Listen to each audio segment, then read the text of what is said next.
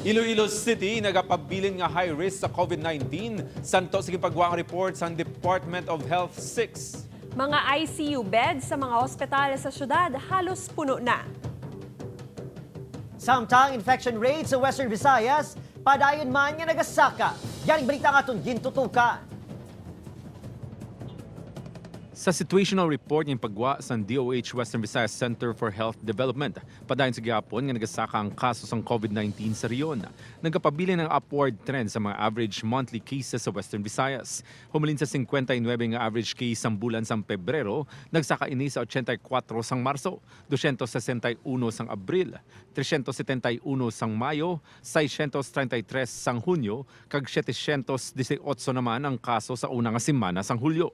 Dugang pa sa DOH-6, nagsaka man sa 8.7% ang positivity case sa riyon, humlin sa 8.4% sang naligad nga semana nga nagapakita sang increased transmission sang virus.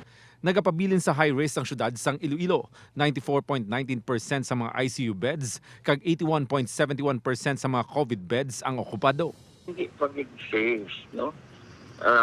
We have to wait siguro na naka-fully vaccinated. Nagkikita mga 50 to 70% na makasiling kita daw okay na kita. Bisan okta gani gambal, bisan dito gani sa Metro Manila daw hindi pa sila Gihapon safe until a big portion of the population is fully vaccinated. Upod kay Cirilo Renduque, Cedric Baluna, 1 Western Visayas.